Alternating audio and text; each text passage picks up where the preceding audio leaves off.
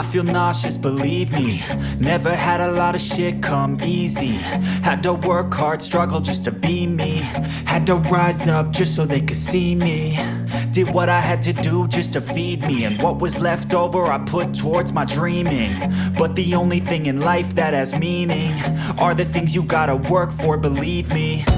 Take into your hands a plan, your own hands can land your own brand. And damn, I feel like no one takes accountability. They want the credibility, convincingly unwilling to put in the fucking hours it takes to get some power. Don't be fucking sour, take a cold shower. Scream until you're louder, work until you're prouder. And fuck all the doubters, they're just fucking downers. I swear to God they all let me down.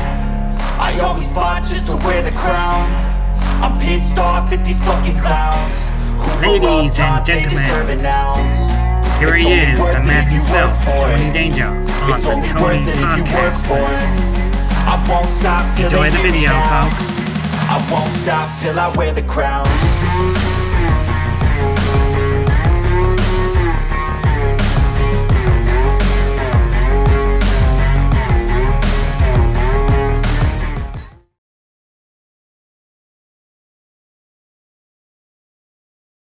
Hey, what's up everybody, it's Tony Danger 33 here today with the Tony World Podcast. So, today I'm going to be talking about my life at Uxbridge College in the UK, or about my college experience in Uxbridge College. So, let's take it back to, I think it was 2017, I think I started there, I don't really remember. So, on the first day I was there, I did a course called Level 1 Sport, and I wanted to get myself back in shape, which is why I did Sport Level 1. It helped quite a lot, but I was suffering from a lot of issues with asthma. I don't have extreme asthma like other people do, but I have some issues where sometimes if I run too fast, my breathing starts and I can't stop it. I've tried drinking water. If I drink water, it sometimes eases the pain, but then it just gets worse. I ended up I think couple of years later, I got myself checked for asthma and they gave me an asthma pump. So then that happened. So basically I had a mental breakdown when I was in Sport Level 1 because of my tutor in Level 1 Sport, because he didn't believe in me and he kept putting me down quite a lot, thinking that I was worthless when I wasn't. So I ended up getting to a point where I spoke to the school counsellor. He helped me out quite a lot, actually. I got through some of my mental issues and my mental issues and other insecurities and anxiety problems. It worked for a little while, but then I just thought I didn't want to go there anymore because I just wanted to fix it in my own way. But I started to deteriorate quite a lot. So I decided to go on to another course, which was called Foundation Level 2. Not Foundation Level 2, Foundation Level 1 in Uxbridge College. So basically, and also halfway through the start of the year, I smashed my little toe on the corner of a bookshelf I think it was the first half of the year, and I was told that I had to wait 10 days to recovery, and I was told specifically that I was having work sent home. So this was when I was in sport. I was told that I was having work sent home. I was lied to, and as soon as I got back, I found out that all of it was on the computer, and my tutor had bullshitted me into thinking that all of my work was being sent home, when I knew for a fact it wasn't. And because of the fact I had a computer at home that didn't work properly, so I was having issues with that, and I couldn't get any of my work done. So it caused me to have a mental breakdown, and then I had a parents' evening with my tutor, and I was interested in doing Sport Level 2, and I got a flat no, basically saying, he can't do it. So it kind of made me think that my own teacher didn't believe in me. And because a teacher is supposed to put their faith in students and believe in their abilities, he didn't believe I could do it. So then that happened. And then when I did work experience in sport level 1, I had to do it in the sports department because I couldn't really go anywhere else to find work experience. So the sports department made a compromise so I could do it in the department. So I did. And because I had to take a cab from my home to college because I had severe anxiety over crowds and loads of people. I don't have much of that issue now. I've tried to work through it as best I can. So yeah, and so that happened, and well, basically what happened was around the time I was doing work experience in Uxbridge College, I got trapped in the sports hall. So I was in there. I think I was stuck in there for about an hour or two, and they didn't even realise I was in there. The teacher had decided to lock me in, so I wasn't really too happy about that. So yeah, then that happened, and then yeah, I think I only had about one friend when I was in sport level 1, because a lot of the other people basically, I would say, criticised me because I was skinny, and I think there was one guy that called me weak, and then at one point I remember I think I did something, and I turned around and said to him, "Who's the weak one now?" Basically, and I said it back to him. And I think I met a friend. I think it was a girl, but she was my friend, not in that kind of way, but she was just a friend. I think her name was Jade, and she was quite nice and kind and all that stuff. And to be honest with you, she was the first girl that actually, was quite nice to me, because all the other people in my class were kind of rude and bitchy, in my honest opinion. There was one guy who thought he was better than everyone else, because I remember at one point when his mum was around, he would be normal, and then a couple minutes later he'll act like a total arsehole. And it was kind of like dumb, is all I'm gonna say. But hey ho, that's how life goes, isn't it? Some people are kind of two-faced. They just do things behind their parents' back, and then they act like they're the king of the world or some bullshit. So then that happened. So then after I had left sport level 1, I was really low and down the dumps, and I didn't know what to do because I didn't know what I wanted, and my anxiety and my mental health started to deteriorate. So I went to foundation level 1, and I met quite a few people. I met people that were similar to me who had the same issues as me. And I remember this one person, I think his name was Sammy. To be honest with you, I think the first day I met him, I thought this guy was absolutely brilliant and kind. I did feel bad for him sometimes because he had issues walking around quite a lot because he couldn't walk long distances. And he hated being in a wheelchair, so I felt bad for him at times. And all I'm going to say is I respected the hell out of him because the fact that he was quite understanding, I would say, in my honest opinion. We would joke around with each other and we'd mess around. I think he was 2 years older than me, but he had a good sense of humor, is all I'm going to say. And yeah. So then that happened, and then I met a group of other people as well. I think I remember there was a girl. I think there was a girl named I think her name was Taylor. I think it was Taylor or Tate. I can't remember her name exactly. So I think the first time I interacted with her, she was talking about some stuff, and I remember this kid who was sitting opposite, who was, I can tell you this, something that I had never heard before, saying that he would never give anything to stupid children. And I was like, and then basically she absolutely flipped. And I remember I turned around and said to her, just ignore him, he's got issues of it himself, just leave him to it. And she just, it was crazy is all I'm going to say. And I can tell you this, foundation level 1 was not easy because I think there was a teacher that I didn't like. because the fact that she was very rude, and I felt like she was, you know how people just try to pity you because you have all this stuff going on and stuff like that. So I I took my college work seriously in foundation level 1 because the fact that I worked my arse off to get all the work done. I did learn quite a few things in the course about managing money. I learned about sex ed, which I'm not going to talk about because that's for another time. And so basically, I don't remember what the teachers. I know it was a female teacher, but I can't remember her name.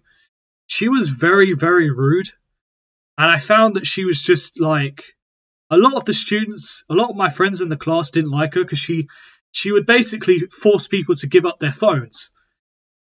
But the thing is, you're not supposed to have your phone in the class, but the teacher wasn't allowed to take your phone from you. So then that happened. Yeah, it's a bit of a little carpet that I'm revealing because you weren't actually supposed to do that. So yeah, it wasn't in the Uxbridge College rulebook. So in the rulebook, it stated that you weren't allowed your phone in the classroom and that you're supposed to switch it off before you go into the lesson. So that's basically what I did. I kept it in my bag. End of story. So I remember, I was quite smart. I wouldn't say I was smart, but I knew some of the questions in the class. And I remember this girl, I think her name was Tay Tay or something like that. And she, I don't know, she was staring at me quite a lot, like she had a crush on me or something. And I think my friend Alan had noticed it and had told me about it after. I think he noticed it quite a lot and he thought it was very weird. And so did I. I thought it was weird because I had no interest in her like that because she was 1 year younger than me, and I was 1 year older than her, and I was thinking, what the hell is her problem? Does she have a staring problem or something, or what? So I was like, okay, fine, fair enough. So people kept saying that I had a crush on her, and I'm going to make this perfectly clear. I did not. It was the other way around. And she will deny this all she wants, but I know the truth. And I'm speaking my truth here and now. I've met so many girls that have been obsessed over me and, had all this lovey-dovey stuff come on me. Don't get me wrong, I love women, but there are times where too much is too much. And because of my mental health and my anxiety, I was getting severely frustrated because of, all this bullcrap. So, yeah, and then that happened. So, so I'm going to talk about the story of how I met Alan.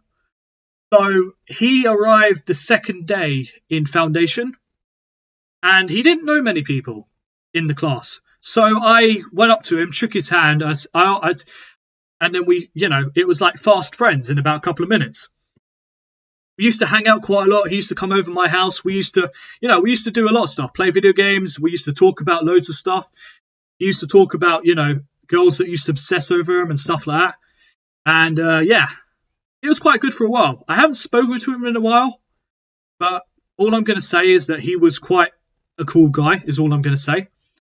So then that happened.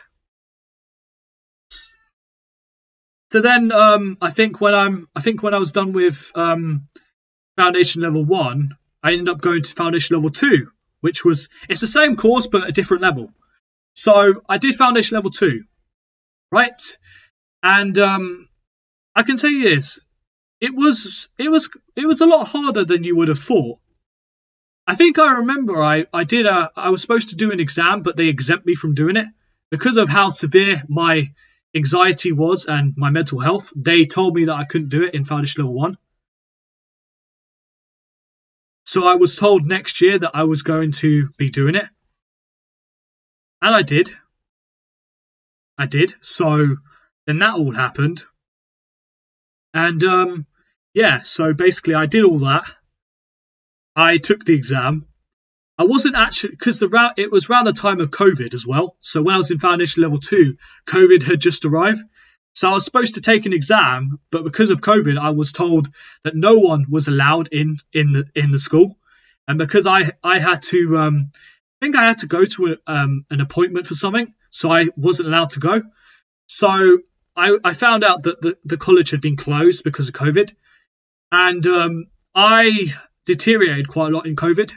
So I was still doing foundation level 2, and I deteriorated. And so because I had about 2 mental breakdowns because I was fed up and annoyed. And all I'm going to say is I can understand people who had issues with COVID, because I know COVID-19 was the worst time of the year, and I'll completely be honest, it was absolutely bonkers. And you know, we all know what COVID did to people. We all know that kind of stuff. So I'm going to scratch out saying a bit more about it because I don't want to get in trouble for what I say. Um, so so then all that stuff happened. So when I did foundation level 2, I did I think I did work experience. Sorry, I had to do work experience. So I did the first bit of work experience I did was I think we were helping out with we had to check expiry dates, and we had to put them in boxes and stuff like that. So we were doing that. So we did that once every week, and I remember I think it was a week later the food bank had been robbed, and I mean seriously, it had been robbed. And I'm going to tell you this: the doors were broken, kicked into, the lights were completely thrown off. It looked like someone had a baseball bat and just smashed everything in its path, and all this lovey-dovey stuff. So then that happened in the work experience I did in foundation level 2. Foundation level 1, I worked in the Uxbridge College library. I can tell you this: it wasn't so bad. I think when I was in foundation level 1, I did. I think I worked in a kitchen for work experience as well. So I did about an hour of work experience a day, and I was helping out with cooking food, and doing the washing up. And because the thing is, it was for, I think it was, I'm going to say OAPs, which stands for old people. So we basically would help out with, we would give them we would make the food out, and basically, I think at one point I remember I was serving someone and I was trying the best I could, but because I was getting severely anxious, I had asked I asked the person that I was working with if it was okay if I could stay in the kitchen. So he said yes. And so I actually enjoyed that work experience. I can't remember, I don't remember what it was called. But all I'm going to say is I actually enjoyed it because there was someone that was there who was from Uxbridge College who I knew, and yeah, we had a good time. We talked. We did the things that we were told to do. But it was quite difficult. Is all I'm going to say. I can say yes. I had a lot of people that helped me out, and I actually appreciated them and I respected them quite a lot. And yeah. So then I did that stuff in the kitchen work experience in the kitchen when I was in my second year at Uxbridge College. So then I had to figure out what to do the third year. So this was my third year at Uxbridge College. So I had to figure out what to do. And because this was still COVID related stuff, so I decided to do gaming level 1. So I did gaming level 1, and I actually enjoyed it quite a lot. And I think at one point we had to be sent home because one of our classmates had been in close contact with someone with COVID. And so we all were sent home, and yeah, I had my laptop so I could do some more my work on the computer, and I got some of that done. So I did all that on the computer and stuff like that. And so I got it all done. I actually got pissed off at one of my teachers because he pissed me off quite a lot. Because I was severely anxious, he had sent me a message saying, "Oh, I hear you're getting anxious." And I sat there looking at it, and I turned around and said to my LSA, you can talk to him. I do not want to talk to him. So basically, all the work that I was received from this teacher went through my LSA to me. So I did all the work that I was told to do. I, did everything that he asked me to do, and I did it. I got a distinction, meaning distinction. So basically, when it comes to being marked, P is for pass, or level 1 P is below the mark, which means you still failed. A level P2 means you passed. If you get 1 merit, you've only gotten half the mark. If you get 2 merits, then it's a merit. If you get 2 Ds, you get a distinction, meaning that's the highest mark you can get. So I completed this teacher's task, and he gave me a distinction. So, joys, happy days, and stuff like that. So I was happy about that. And I managed to get most of the work done during COVID, or when I was sent home because of it. And I actually had to figure out what I was going to do the following year. So basically, when gaming level 1 was done, I chose to stay on for gaming level 2. So I stayed on for gaming level 2, and I can tell you this: it was one of the most stressful years that I had ever experienced in my life. Because the fact that the work was twice as hard, and then I had to sit for a bunch of exams as well, along with English and maths. So I did those exams because I had to sit through both GCSE for English and maths, because I had previously done foundation level 1 for maths and English. So I did GCSE for both. All I'm going to say is, when I was doing English and maths around the time of my last year in college, it was quite difficult, in my honest opinion, because of the fact that I felt like I was under a lot of scrutiny by some people, because the fact that I was being put in a position where I was being pressured to do things that I didn't want to do, because there was a lot of work that was being received and I was struggling to finish some of it off. I think there was one assignment that I did that I remember correctly. It was basically you had to pick a trailer of a video game, and you had to find out the sound. You had to figure out it was audio, and you had to figure out what the audio was. So I had done that. I had typed up so many things about it, and I got a distinction. I had finished it before everyone else did, so I was sitting there laughing whilst everyone else was finishing the assignment, because I had finished it about 2 months before. I finished it a year early because it was supposed to be handed in the year after, which was in the new year. So I did most of the work on my phone because I had the app on my phone. So I did it on my phone, and I managed to get most of it done. And so I basically got it done, out the way, and a distinction. So I was happy about it. So then I remember, I think it was throughout the year, we were doing stuff. I think it was something called Game Maker.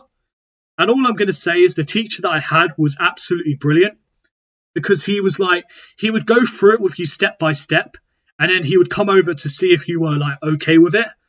And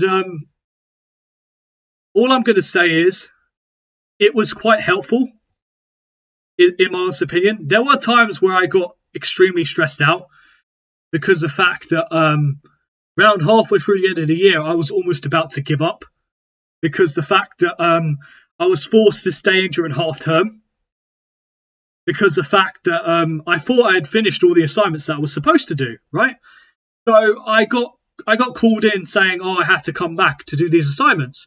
And I'm severely anxious and upset because I was about to quit. So I had a conversation with my mum. I was in the car with my mum on the way home. So I'm feeling because the thing is, my mum Sarah said to me, if you're gonna quit, you're gonna lose everything that you accomplished. So that hit close to home to me. So I was like, because the fact, if I had not gone back to gaming level 2, I would have failed the whole entire course. So I decided to go back to finish the assignments that I was supposed to do. So I did that, and I did all the assignments. I got passes on the assignments that I was supposed to do, and I was finished with the course. And afterwards, I moved on. So basically, I had accomplished what I wanted to, and I wanted to make sure, I was trying to make sure that I focused on all the things I wanted, English and maths, which, a lot of people, English and maths is very important. And that's what I'm going to say in this podcast. Any person who's listening to this podcast, English and maths, always focus on those two, because a lot of people who look for people in jobs, there are some jobs that don't involve English and maths, but there are quite a few that do. So that's all I'm going to say about English and maths. So I was getting to the end of my year, and I had figured out what I wanted to do, which was basically become a YouTuber, which is basically what I'm doing now.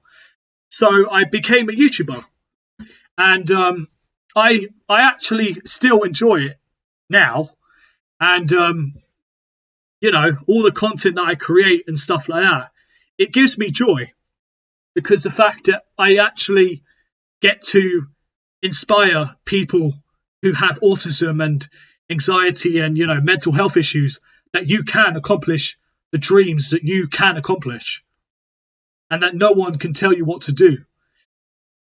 All I'm going to say is, do not let anyone trample over you like a piece of shit, because that happened to me quite a few times. And what I've learned from therapy is that you are the person who makes you are the person that makes your choices. The choices you make will define who you are as a person.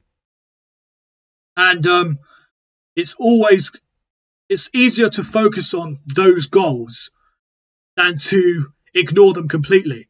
If you have a target, you aim for that target.